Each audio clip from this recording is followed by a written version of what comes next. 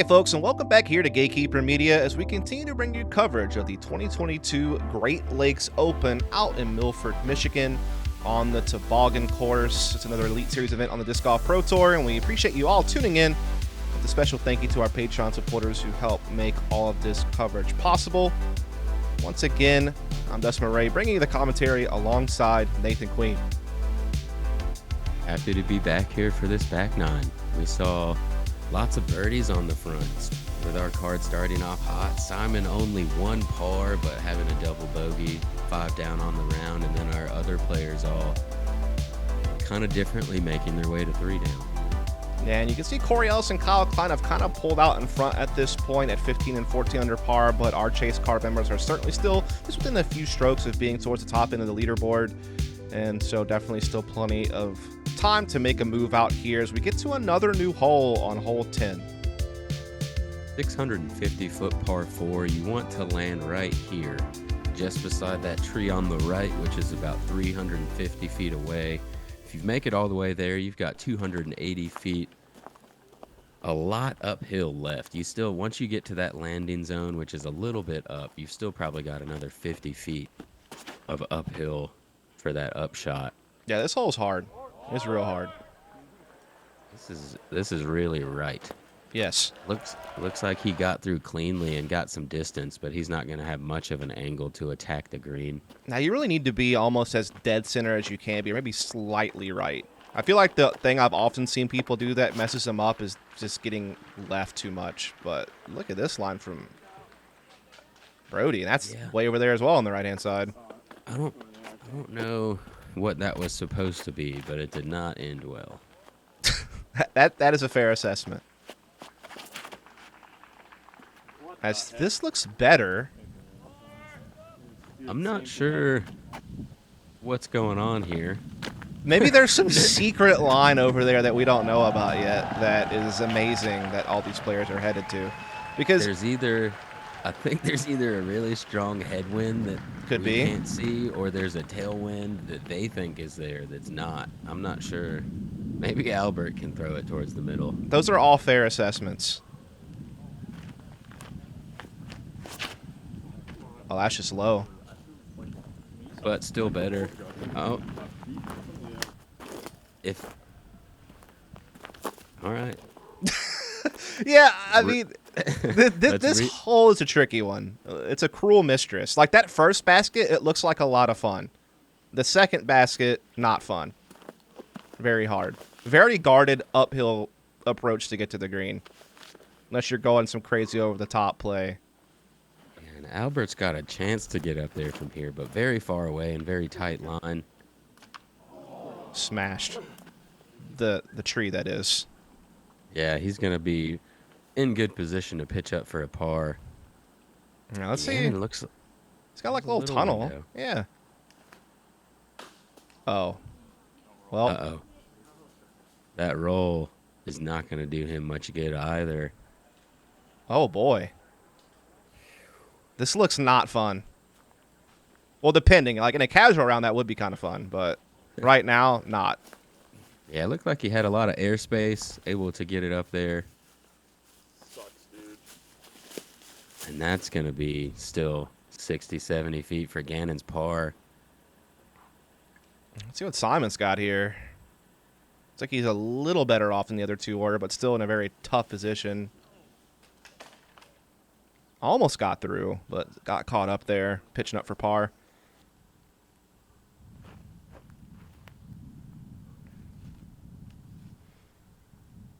Yeah, how did this hole play? Because I can't imagine it saw too many birdies. Yep.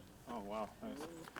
It saw a few more birdies than I expected, but still not a lot. It had 21 players take the birdie, and really not many bogeys. Only 9 players had bogey or above. As you see, lots of different styles of drive here are going to be scrambling or able to scramble for the par. Gannon going to have an opportunity,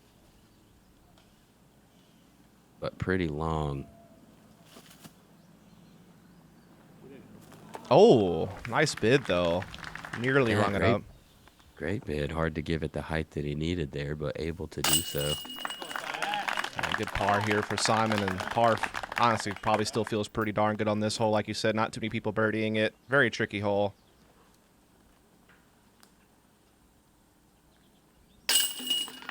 Yeah, these guys are going to try to regroup after those tee shots for this next one, see if they can get the tee shots in a little better place, not have to scramble so hard. These guys almost played a different hole 10 in the field.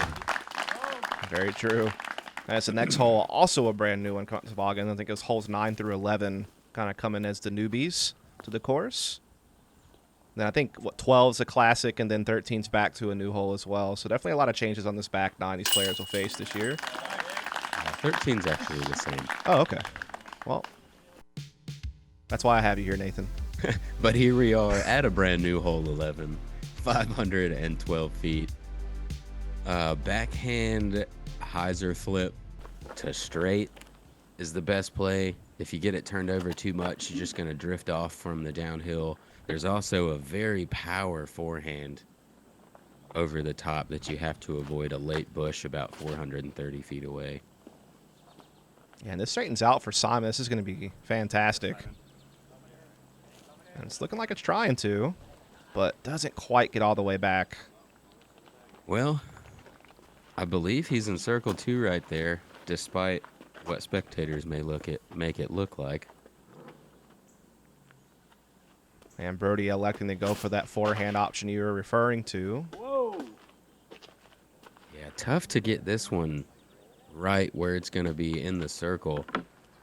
You have to throw it either high enough to get over that bush late, which makes you need more power, or low enough and enough stand up to get far enough but not turn over into that bush. So very difficult shot.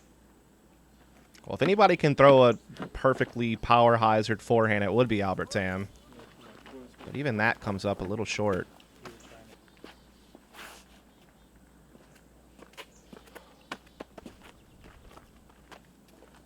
Looks like a mid in hand here for Gannon Buhr for the backhand turnover play. Yeah, I like Gannon for this shot. He's going to be able to put a ton of hyzer on this and let it drift off to the right side. Oh, yeah. And then slowly fade back. He caught those branches early, lost a little bit of distance, but a pretty good line there. Yeah, the line was right, but like you said, just kind of got slowed down by catching a little bit of cabbage on the way. Scooper here for Brodie. Wouldn't be a round that he's on without at least one making an appearance. Yeah, he didn't. He decided Gannon's earlier in the round wasn't enough. He needed to get one himself. I mean, he does make it work, to be fair. He's even rung up a couple from distance with it, so he's made it viable. Not a bad shot at all, and it does stop quickly. You can give it a run, get it to stop. Yep. That's the biggest thing. It's just kind of a safe way to take a run while settling down.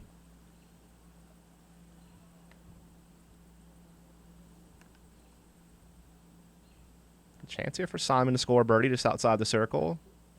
And he spins it in there. Really well done. Nice spinner. He's been working on so many different styles of putts. Let's watch again. Yeah, he actually has a stepper now as well from what I saw in some practice rounds that he's been working on. So I might see that broken out at some point in circle 2. But going back to the original there, the nice little spin. Yeah, perfect putt for that tree he was having to play from underneath.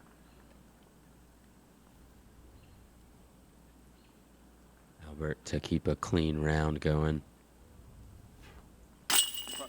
That'll do it.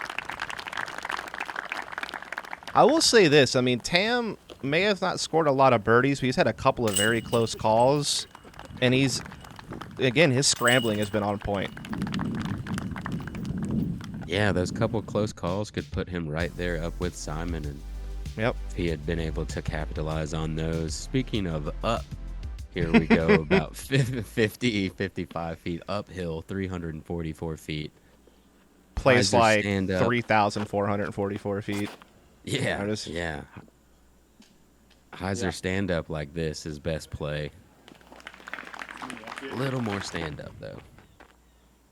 And I'm sure at least two of these guys, I would say, are going to get up there. Definitely have the power to fight this, even as uphill as it is. It's just pushing that wall that you saw Brodie hit's the tough part of this one.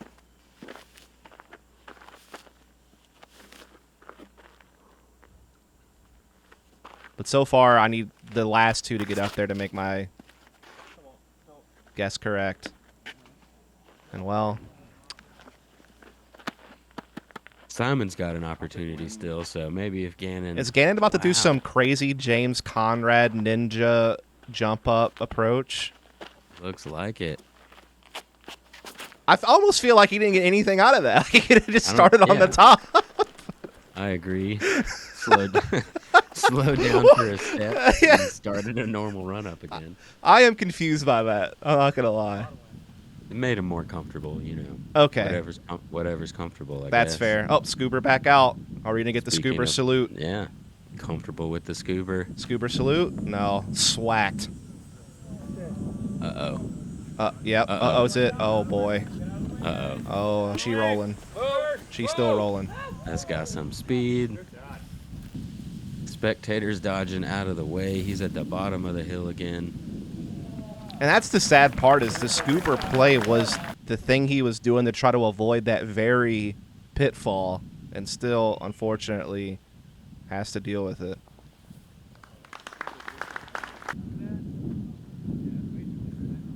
Yeah, and that's the main trouble on this hole is the slope. If you run a birdie and roll away, that's one of the very few opportunities to take a bogey on this hole. There was only 6% of the field. So 7 players taking a bogey today. Oh, not Simon, though. Cashing in another big putt for birdie. That's back-to-back. After having 7 birdies on the front nine, he is still looking to push the score here. So well done. Great putt. That's more uphill than it looks. It was probably a 40-foot putt, but playing like 50, 55 feet. Still only 2 pars on the round for Simon so far.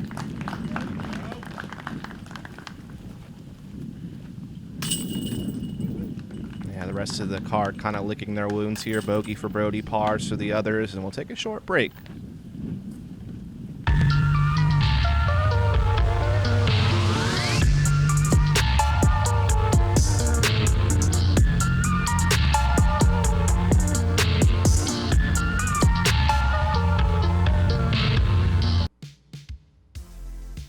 We are at hole 13. 526-foot par 3. You've got to push it wide enough to get around that tree before you hit this gap. Low forehand can get up there if you get a nice skip inside of that gap. I think backhand turnover shot plays the best to park it, but both very difficult. Yep. Not an easy hole to get a birdie on. I'll tell you what, though, this forehand's got some potential. Oh, my goodness. That's about as good as it gets. Yeah, that's that skip. Get just around that tree and skip in that gap. Man. Opportunity now. And even some of the best forehand players in the world are going to struggle to get something that looks that good.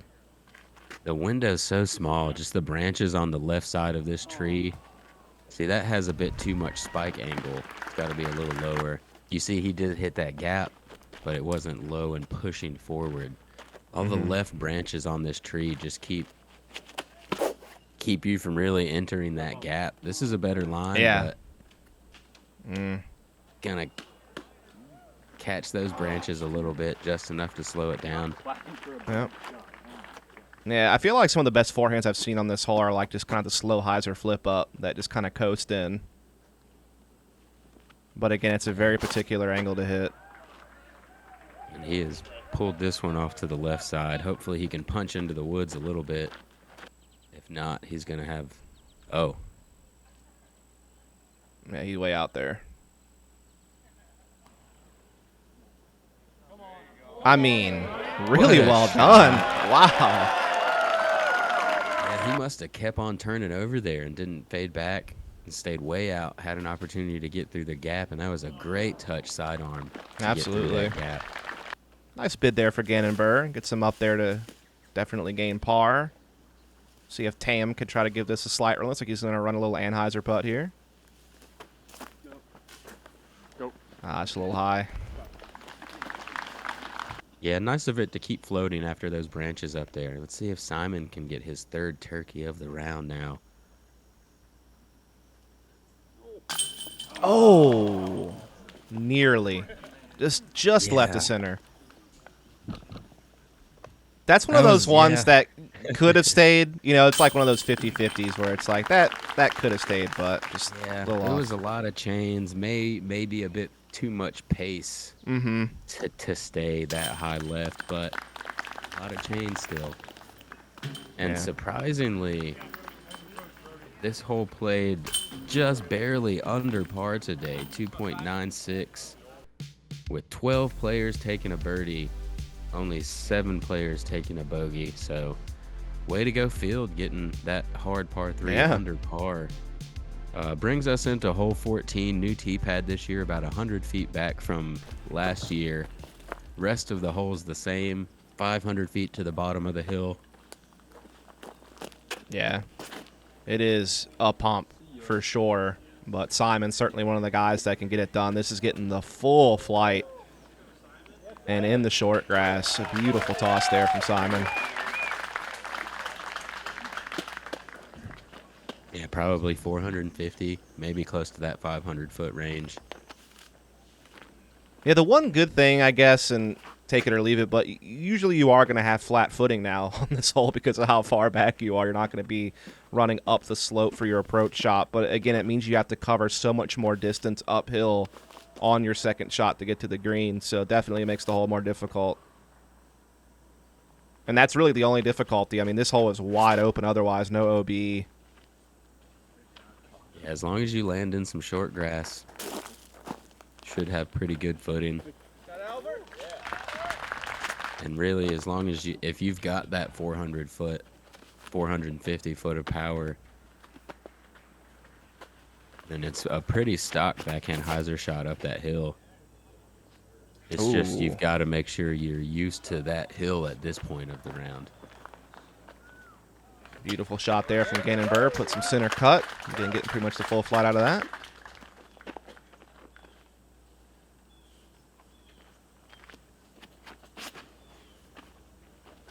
Nice, Brodie.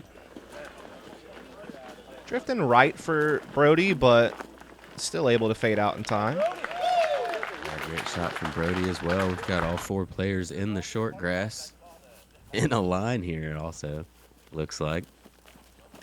Yeah, definitely everybody on this card capable of big distance, so not surprised to see them all getting way up there, as this is a beautiful second shot. Oh, my goodness. Let's go ahead and tap it in. Yeah, we can count that one on the scorecard already. Oh, that's real wide and high. Yeah, if it misses everything, could be good, but definitely a misrelease from Simon there.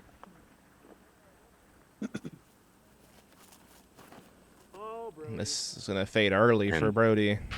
Yeah, misrelease from Brodie. Fortunate to catch that fence right there and stop. It is very thick in those woods. He's should be able to get up and down from where he's at now, though. See if Tamm can make the correction. Yeah, this looks pretty solid.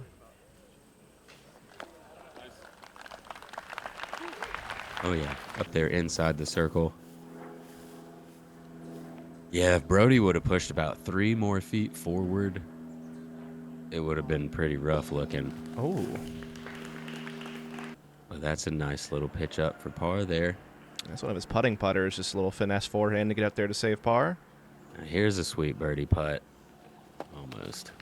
That would have been quite the birdie putt to get near the spectator line between a couple of trees. That would have been wild.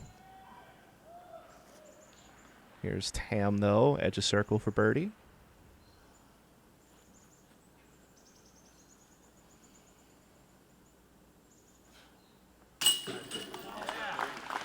And able to connect on one of those opportunities this time, putting him to 4 down, still clean on the round. So if he can put together a few more birdies, he's doing well on moving day. Absolutely, still could very much keep himself at least on chase card if he keeps up this pace, if not challenging for better. We see, of course, Gannon Buhr tapping in a birdie after a beautiful approach shot, and the rest cleaning up their pars.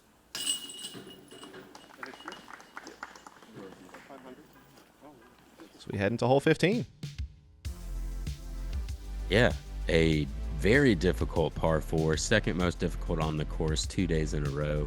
960 feet, drops down probably that 60 feet or so off of the tee. A lot of par plays. You have to get about 480 feet and get a skip off to the left to be in position to attack this green for a birdie. Yeah, this hole is not only about power, but it's also about precision. You have to be in a really good spot to have a clean approach to the green.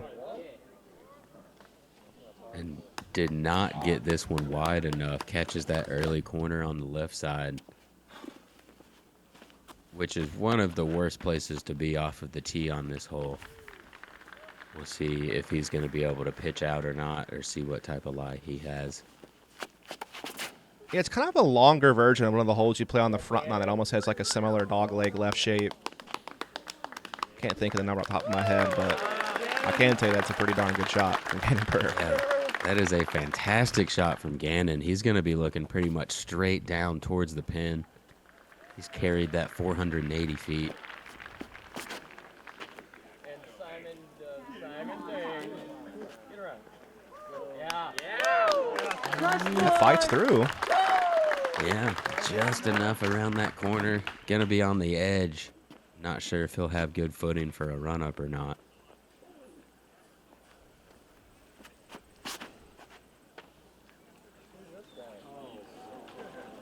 Brodie throwing it to the clouds. Beautiful view up there on top of that hill. I mean, solid. Nice little, yeah, that's a nice little punch through to get around that and not stay in there.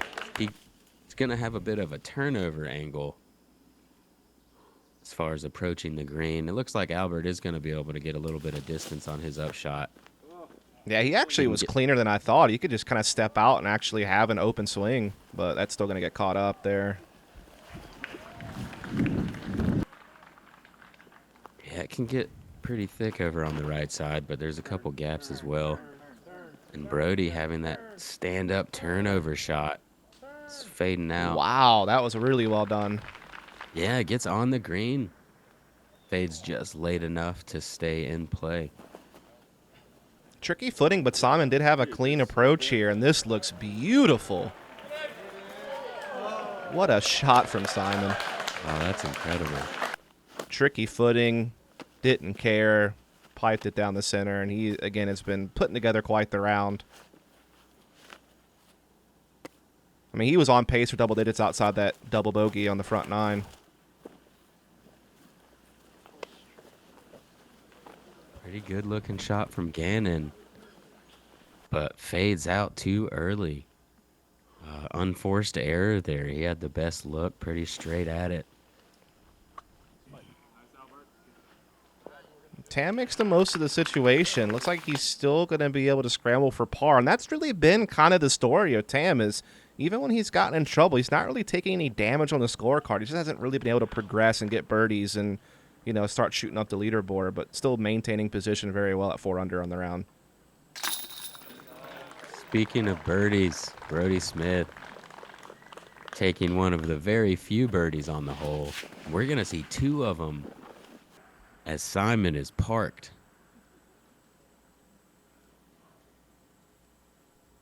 And this is for another successful scramble for Tamm if he can save the par here with this putt, and that'll do it. I don't have the stats in front of me, but he must have, I don't even know, like 6 to 8 scrambles converted on this round. Yeah, there's quite a few. We've seen him throw some funny angle shots, which always counts for a scramble. They say, like, you're the greatest of all time, but in my mind, that is not true. There are 2 other women that I'm tied with. Until I get that 6th world title, that is still up for debate. So this is so important to me to cement my name in disc golf history as the most winning woman to ever play the game.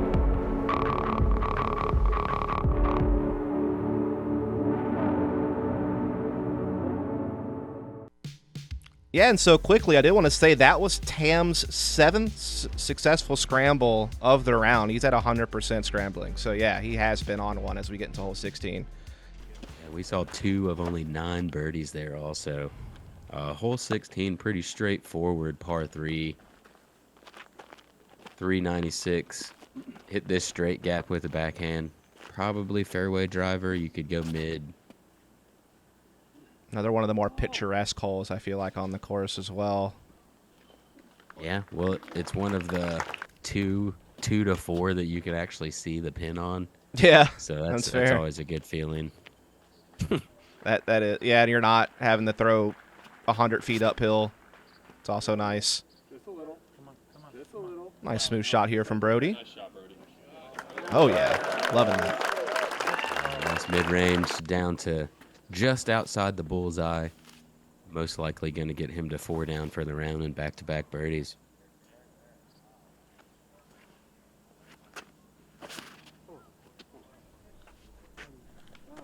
Albert was looking most likely for a forehand flex shot to go to the left side of that tree in the middle and just did not get the wrist turn that he needed to force that disc over. And this is that mid as well for Gannon Buhr. Just slow coasting right the whole time.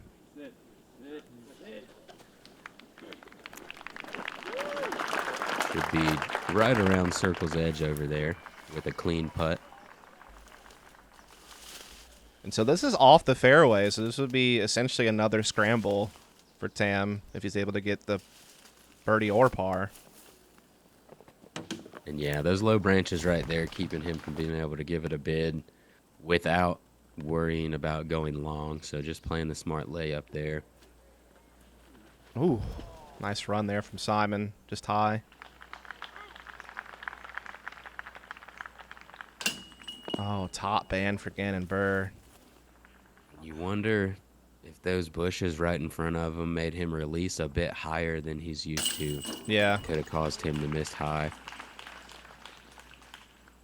would check out. So we got Brodie Smith here for another birdie late in the round. Go back to back.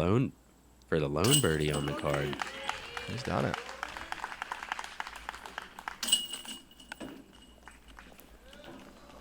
Pars for the rest. Another scramble there for Tamm. 8 for 8 in that regard as we head into hole 17, excuse me. The most difficult hole on the course 2 days in a row. 840-foot par 4. You drop down about 25 feet off of the tee shot to the landing area, and then you go back up 25 feet to the green. You've got this right-handed hyzer play out over the road. You've got to carry it out pretty wide to make sure you don't drift too far back to the left OB. That's gotta go. This has a good chance of drifting too far back to the left OB. Yeah. You hit the nail on the head there. Is going to go out of bounds. This is definitely just a behemoth of a hole.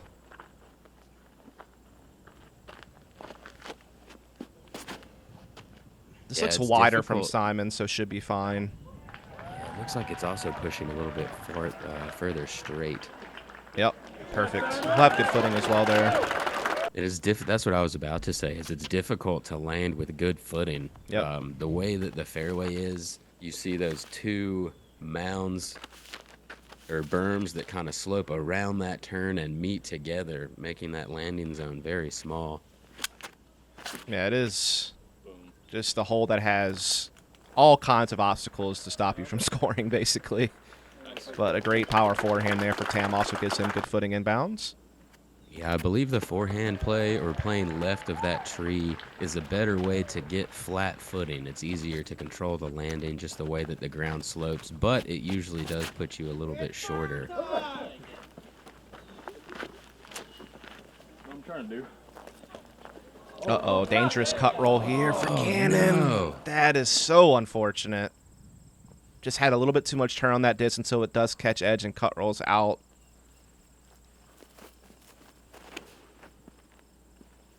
And as you can see, Albert's still pretty far here, probably 450. Oh, my. Are you kidding me? Dude, that's the bazooka coming out, bro. Just blasting that thing up there. Has a chance for birdie. Oh my goodness. Now Gannon gonna try to save a par here, also blasting one up there. We'll go out there. Yeah, gets up there around the corner, should have a look for his par save after going OB. And Simon has a very open look. It is dead straight ahead of him here. He's going to disc down a little bit to kind of a hybrid driver. Everybody knows this disc. Oh, no. Just a little too high and outside. Oh, and he's hit that early tree that he could reach off of the tee pad. You know he's not going to be happy with that shot. Put him in a very difficult position to even get up and down for par now, which is what Brodie's trying to do here. Gets in the circle, but he's kind of in one of those common spots where you come up just short of the flat, and so you have like kind of a tricky circle's edge uphill putt. Yeah, Simon having to throw out of a bush, able to get a pretty good move on it, but gonna have a bit of an obstructed par look. Gannon, though, saving par from the OB off the tee. Really well done to get that one. What a save. And Brodie had a chance at his there, too, but we'll come up just short, so we'll be taking the bogey on this one.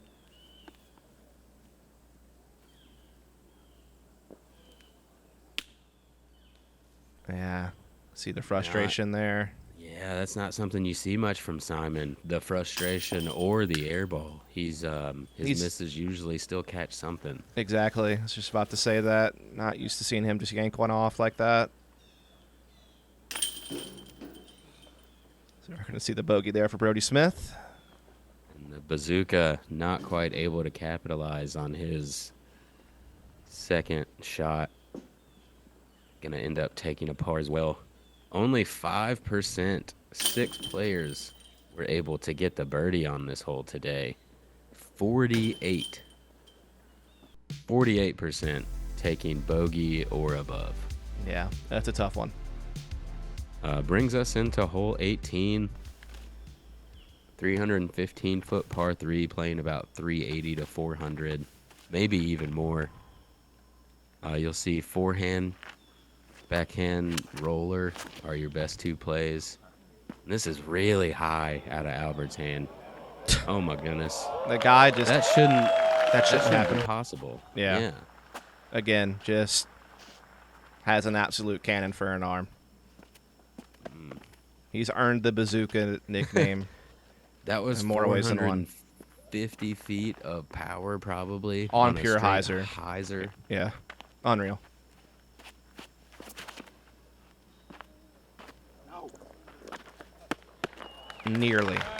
Nearly perfect from Gannon Buhr there. Definitely not good. Still a That is- circle's edge for birdie. Such a high level shot. That turnover tight like that with the OB so close on the left side. Very difficult shot to talk yourself into throwing. Solid forehand there from Brodie Smith as well. That puts him well within the circle near the bullseye for birdie. Taking advantage of those branches being gone that have been there in years past. There's no way that got through before this year. Great play from Brodie. Oh, a little reset there for Simon. Obligatory good stop called. Roller here. Looks to be put down and turned over a bit early. Still up there into circle 2. See if he can one more. This would be quite a big one. Like Yeah, near he's- the edge of circle 2. I mean, he's way out there. And yeah, he's going to come up a little short.